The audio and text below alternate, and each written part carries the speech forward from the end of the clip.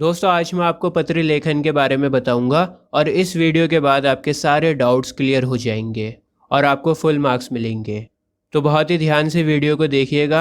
दोस्तों पत्र लेखन दो तरह के होते हैं, एक होता है औपचारिक और एक होता है अनौपचारिक। औपचारिक पत्र वो होता है जब आप किसी ऑफिस में या स्कूल में या पुलिस डिपार्टमेंट में या बैंक में पत्र को लिखते हैं। जबकि अनौपचारिक पत्र वो होता है जब आप अपने दोस्त को या अपने पेरेंट्स को या अपने रिलेटिव्स को या अपने भाई बहन को पत्र लिखते हैं। बात आ रही है समझ में? अब देखिए, जब आप अपने बॉस को या अपने टीचर को या बैंक के मैनेजर से बात करते हैं तो आपकी लैंग्वेज अलग होती है। आप बहुत ध्यान से बात करते हैं, अच्छी लैंग्वेज होती है आपकी। लेकिन जब आप अपने दोस्त से बात करते हैं या अपने कज़िन से बात करते हैं तो फिर आप लैंग्वेज पर कोई ख़ास ध्यान नहीं देते हो। तो औपचारिक और अनौपचारिक पत्र दोनों की लैंग्वेज अलग अलग होती है। मैं वीडियो में आगे चलकर आपको बताऊंगा कि कैसे आपको लिखना है। औपचारिक और अनौपचारिक दोनों पत्रों को एक एक करके हम लोग देखेंगे। सबसे पहले हम लोग बात करते हैं औपचारिक पत्र की। एक सवाल है आपकी स्क्रीन के ऊपर। आपके चचेरे भाई का विवाह हो रहा है और आपको प्रिंसिपल को पत्र लिखना है 2 दिन की छुट्टी के लिए। तो सबसे पहले तो आप लिखेंगे सेवा में। सेवा में के नीचे आप जिस किसी को भी पत्र लिख रहे हो ना, उसके पद को लिखोगे। जैसे इस सवाल में लिखा हुआ है कि आपको प्रिंसिपल को पत्र लिखना है, तो आप क्या लिखेंगे? प्रधानाचार्य महोदय। प्रधानाचार्य प्रिंसिपल को कहते हैं और ये पद है, आपने पद को लिखा है, पोजीशन को लिखा है। पद लिखने के बाद आप एड्रेस को लिखेंगे। जहाँ पर आपका पत्र जाएगा ना, जिस स्कूल के प्रिंसिपल हैं उस स्कूल का नाम और एड्रेस आएगा। अब देखिए, सवाल में तो स्कूल का एड्रेस नहीं लिखा हुआ है, स्कूल का नाम नहीं लिखा हुआ है, तो मैं अपने पास से एड्रेस लिख देता हूँ, अपने पास से नाम लिख देता हूँ। सर्वोदय कन्या विद्यालय, सिविल लाइंस, दिल्ली। दोस्तों आपने एड्रेस लिखने के बाद विषय को यानी सब्जेक्ट को लिखना है। विषय इसलिए लिखा जाता है ताकि 2-3 शब्दों को पढ़कर समझ में आ जाए कि पत्र किस बारे में लिखा गया है। आपको पूरा पत्र पढ़ने की ज़रूरत नहीं है, विषय को पढ़कर समझ में आ जाएगा कि पत्र किस बारे में है।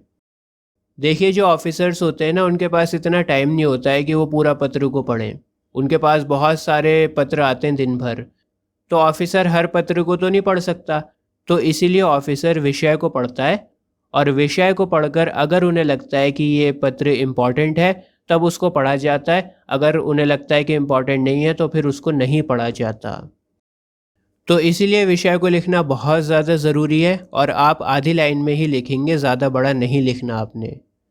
टू द पॉइंट लिखना है आपने, और ऐसा लिखना है कि पढ़ते ही समझ में आ जाए कि पत्र किस बारे में है। जैसे यहाँ पर आप छुट्टी के लिए पत्र को लिख रहे हो तो आप लिखोगे 2 दिन के अवकाश हेतु, और विषय लिखने के बाद आपने पूर्ण विराम को लगाना है। दोस्तों विषय लिखने के बाद आपने संबोधन लिखना है।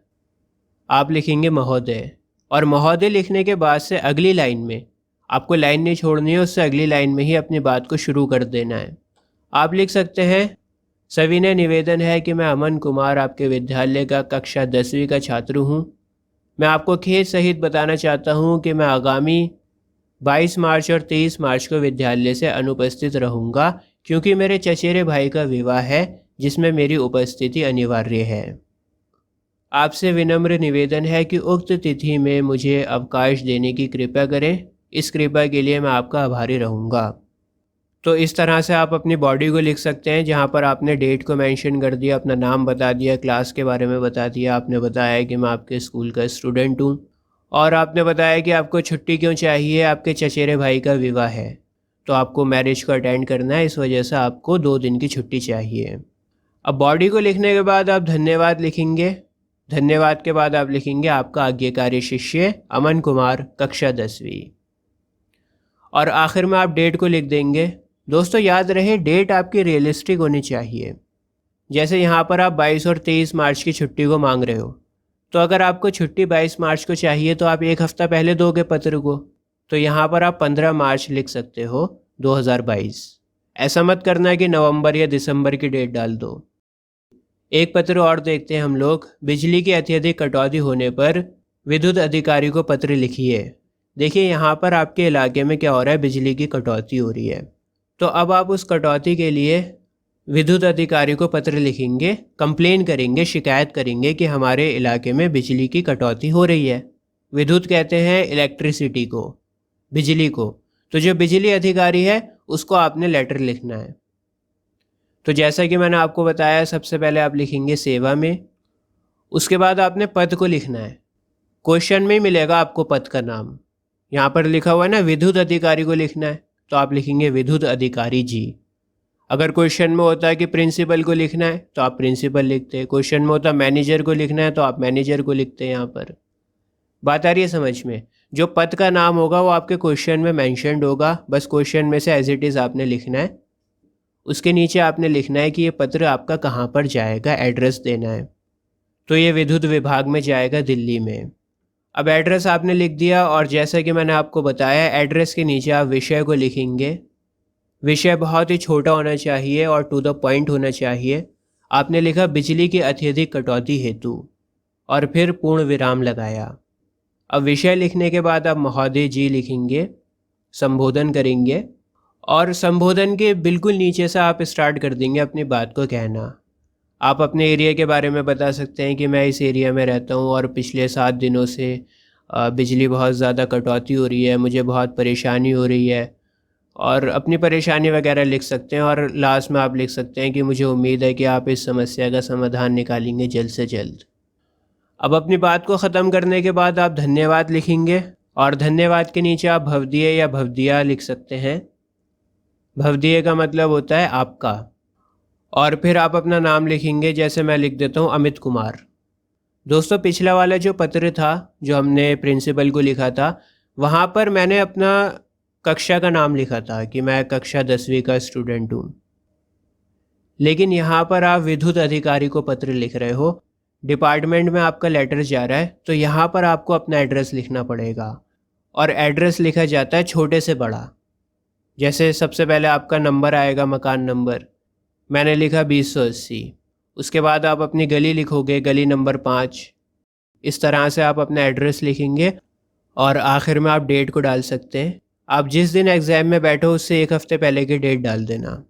तो ये फॉर्मेट है औपचारिक पत्र लिखने का। बहुत सिंपल सा फॉर्मेट है, मैंने आपको बता दिया। सेवा में लिखोगे, फिर पद का नाम लिखोगे, उसके नीचे एड्रेस लिखोगे, फिर विषय लिखोगे, फिर महोदय जी लिखोगे। उसके बाद आपकी बॉडी आ जाएगी, और फिर धन्यवाद लिख देना। भवदीय या भवदिया लिखोगे, उसके बाद अपना नाम लिखना, अपना एड्रेस लिखना, और आखिर में डेट को लिख देना, ख़त्म। और ये सब आपको लेफ़्ट साइड में लिखना है, ठीक है? आगे बढ़ते हैं। अब देखते हैं अनौपचारिक पत्र को। अनौपचारिक पत्र, जैसा कि मैंने आपको बताया कि आप अपने सगे संबंधियों को लिखते हैं, अपने माता पिता को, अपने भाई बहन को, अपने दोस्तों को। तो यहाँ पर एक क्वेश्चन ले लेते हैं। सवाल ये है कि अनजाने में हुई भूल के लिए क्षमा मांगते हुए पिताजी को पत्र लिखिए। कोई भूल हो गई है अनजाने में आपसे, अब आप क्षमा मांग रहे हैं, माफ़ी मांग रहे हैं अपने पिताजी से। इस बारे में आपने पत्र को लिखना है। देखिए, अनौपचारिक पत्र में सबसे पहले आपका एड्रेस आएगा, सेंडर का एड्रेस आता है। औपचारिक पत्र में हमने ये देखा था कि जिस किसी को भी हम पत्र लिख रहे हैं उसका एड्रेस आता था, लेकिन अनौपचारिक पत्र में इसका उल्टा होता है। अनौपचारिक पत्र में आपका एड्रेस पहले आएगा। तो मैं यहाँ पर अपना एड्रेस लिख रहा हूँ, विजयनगर, नई दिल्ली। अपना एड्रेस लिखने के बाद आप डेट को लिखेंगे। अनौपचारिक पत्र में एड्रेस को लिखने के बाद डेट को लिखा जाता है। दोबारा से रिपीट कर रहा हूँ, अनौपचारिक पत्र जब आप लिखेंगे तो एड्रेस लिखने के बाद आप डेट को लिखेंगे। तो मैंने लिखा 23 मार्च 2022। डेट लिखने के बाद आप जिस किसी को भी पत्र लिख रहे हैं उसको संबोधन करेंगे। जैसे मैं पिताजी को लिख रहा हूँ तो मैं लिखूँगा आदरणीय पिताजी, सादर प्रणाम। अब देखिए, पिताजी हैं तो सादर प्रणाम लिख दिया मैंने। अब यही पत्र अगर पिताजी अपने बच्चे को लिख रहे होते तो वो लिखते आशीर्वाद। या मान लो मैं अपने दोस्त को लिख रहा हूँ पत्र, तो मैं नमस्ते भी लिख सकता हूँ। इसके बाद आप अपनी बात को कहना शुरू करेंगे। बॉडी को लिखने के बाद आप लिखेंगे आपका प्रिय पुत्र, और आखिर में आप कोई सा भी नाम लिख सकते हैं। मैंने लिखा अब्बास अली। बिल्कुल सिंपल सा फॉर्मेट है। जिस किसी को भी माता जी को लिखना है, दोस्त को लिखना है, भाई बहन को लिखना है, इसी तरह से आप लिखेंगे। अच्छा, बॉडी के लास्ट में आप जो भी आपके घर के मेंबर्स होंगे ना, माता जी होंगे उनको प्रणाम लिख सकते हैं, छोटे भाई बहन होंगे उनको प्यार लिख सकते हैं। तो इस तरह से घर के और भी मेंबर्स को आप मेंशन करेंगे लास्ट में, बॉडी के लास्ट में जो घर के और मेंबर्स हैं उनको मेंशन करेंगे। तो बस ये था अनौपचारिक पत्र का सिंपल सा फॉर्मेट। उम्मीद है आपके समझ में आया होगा। आज के लिए बस इतना ही। जय हिंद।